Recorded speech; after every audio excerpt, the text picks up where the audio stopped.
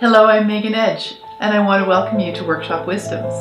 Here I share with you some of the tidbits of knowledge, information, and wisdom that come up during workshops and courses. I hope you enjoy. Anyways, I get very passionate about this particular piece. So we went from a plethora of goddesses and gods, many of whom were joined. There's lots of hermaphroditic gods and goddesses who would switch sex. Loki is renowned for that. And we also had animal and human gods and goddesses mixing up. And then we move into this one God system.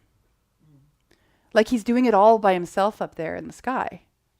Except that when you look at the mythology of Christianity, there's the angels. There's this incredibly complicated leveling up of angels and seraphims and archangels and many of them are female. And you get down to the human level, and the saints, more than half of them are women in the Roman Catholic Church. But weren't a lot of them goddesses that just got titled? Oh, you can't call you a goddess, so we'll call you a saint because everyone around here's going to get upset if we don't otherwise. Exactly. The only way you fit in is if you're a saint. Yeah. And the Virgin Mary, and I love that she got called a virgin. Do you know what virgin initially meant? Not beholden to a man. You were an unmarried woman or you weren't with a man, you were a virgin. It had nothing to do with sex at all. And the story of Mary and Jesus and the birth and all of that is an ancient story that's been retold through cultures right back into the very earliest times that we have understanding of civilization. It's the whole death, rebirth. It is the woman not beholden to man who brings forth the child. The child is always represented as a male child. He represents the sun. So the sun going across the sky.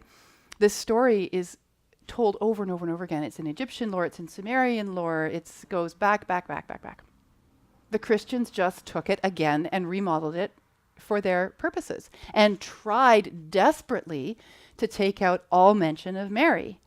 They had a huge meeting about it in the 9th century. They spent 10 years going through all the different books and all the different texts that they had collected that were the Bible and rewrote it all. And they made Mary Magdalene into a prostitute and they've just rescinded that. Did you see this? No, of course, because it didn't make national news. The Roman Catholic Church, the Pope, personally rescinded the branding of Mary Magdalene as a prostitute. That is no longer the official stance of the Roman Catholic Church. And have accepted the possibility that she may have equally taught alongside Jesus Christ. Huge.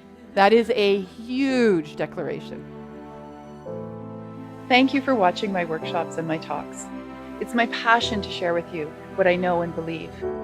We have lots of laughs, sometimes tears. We're always learning and growing. I look forward to hearing from you and staying connected. Enjoy this amazing day.